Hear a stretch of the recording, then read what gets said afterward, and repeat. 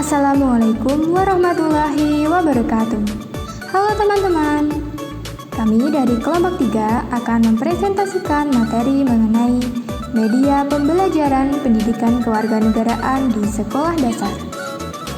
Adapun anggota dari kelompok 3, yang pertama ada Cahyaning Destuti dengan NIM 007, Erika Dea Saputra dengan NIM 011, Latifah Putri Nurtianisi dengan NIM 019, Tri Makmur Kayati dengan NIM 035, Umi Nur Fahmawati dengan NIM 036, Yuri Catur Priyadi dengan NIM 040. Adapun materi yang akan kita bahas pada presentasi kali ini, yang pertama yaitu pengertian media pembelajaran, kedua, tujuan media pembelajaran, ketiga, fungsi media pembelajaran, keempat, jenis-jenis media pembelajaran pendidikan kewarganegaraan di sekolah dasar, yang kelima, teknik pemilihan media pembelajaran PKN di SD, dan yang keenam yaitu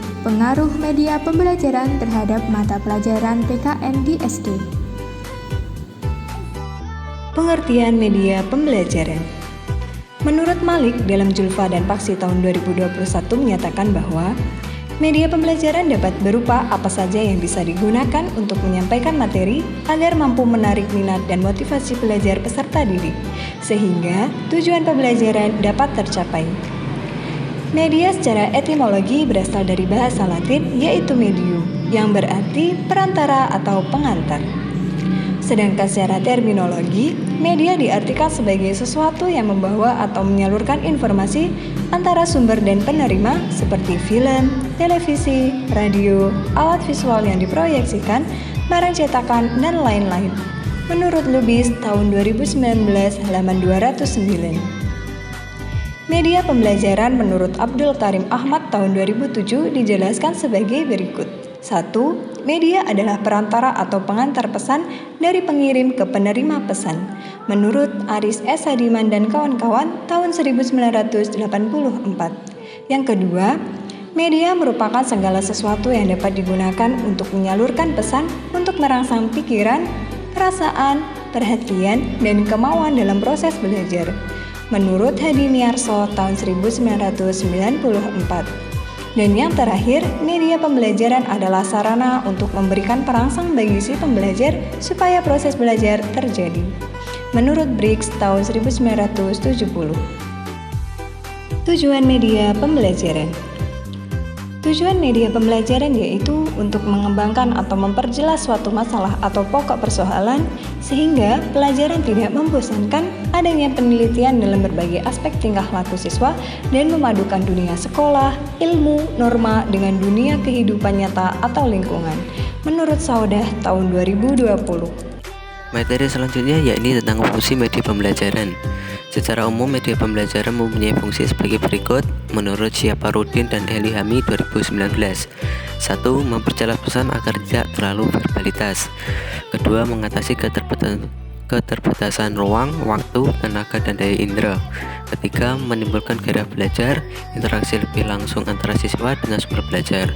Keempat, memungkinkan anak belajar mandiri sesuai dengan bakat dan kemampuan visual, auditorial, dan kinestik.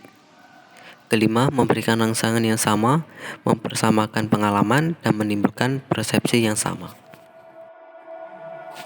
Jenis-jenis media pembelajaran PKN SD. Pedoman pelaksana kegiatan belajar mengajar PKN SD, ada beberapa jenis media yang dapat digunakan meliputi menurut Saunda 2020.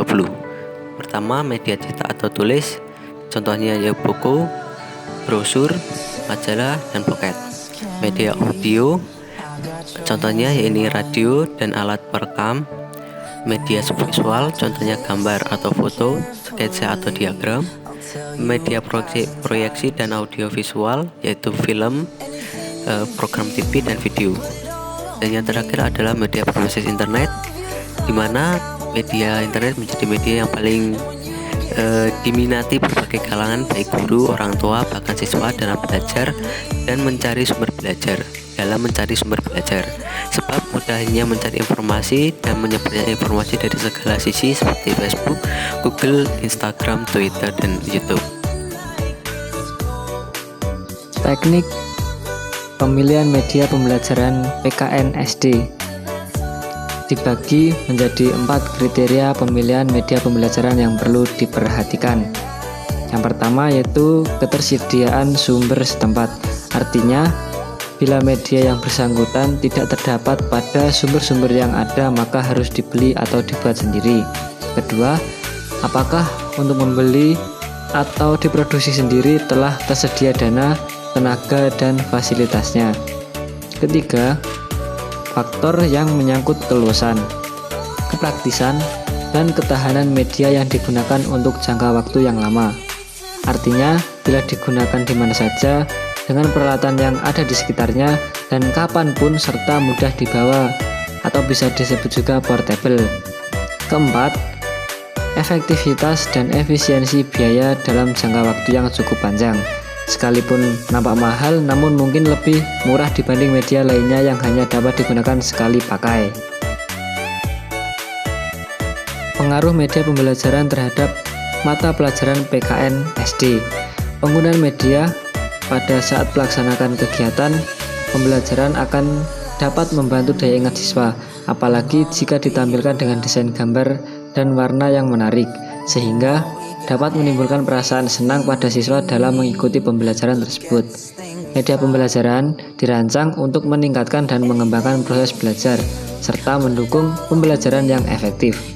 Pembelajaran PKN di sekolah dasar, guru mampu memilih media yang tepat sesuai dengan karakteristik media pembelajaran PKN SD akan tercapai sangat baik dalam aspek kognitif, afektif, maupun aspek psikomotorik. Kesimpulan presentasi pada kali ini yaitu media pembelajaran merupakan alat bantu yang digunakan dalam kegiatan belajar mengajar yang mampu merangsang dan membantu peserta didik untuk belajar secara menyeluruh sehingga tercapai tujuan pembelajaran yang diinginkan. Media pembelajaran membantu guru untuk menumbuhkan motivasi siswa agar dapat mengingat pelajaran dengan mudah, menyediakan stimulus belajar, siswa menjadi aktif dalam merespon, memberi umpan balik dengan cepat, dan menghindari kebosanan siswa dalam proses pembelajaran. Apabila dalam pembelajaran PKN di sekolah dasar, guru mampu memilih media yang tepat sesuai dengan karakteristik media pembelajaran PKN SD, maka tujuan pembelajaran akan tercapai baik dalam aspek kognitif, afektif, maupun aspek psikomotorik. Nah, itu tadi presentasi dari kelompok kami. Apabila ada kurang lebihnya dalam kami menyampaikan materi, kami mohon maaf. Sekian dan terima kasih. Semoga bermanfaat. Allahumma fiq ila aqwam thariq. Wassalamualaikum warahmatullahi wabarakatuh.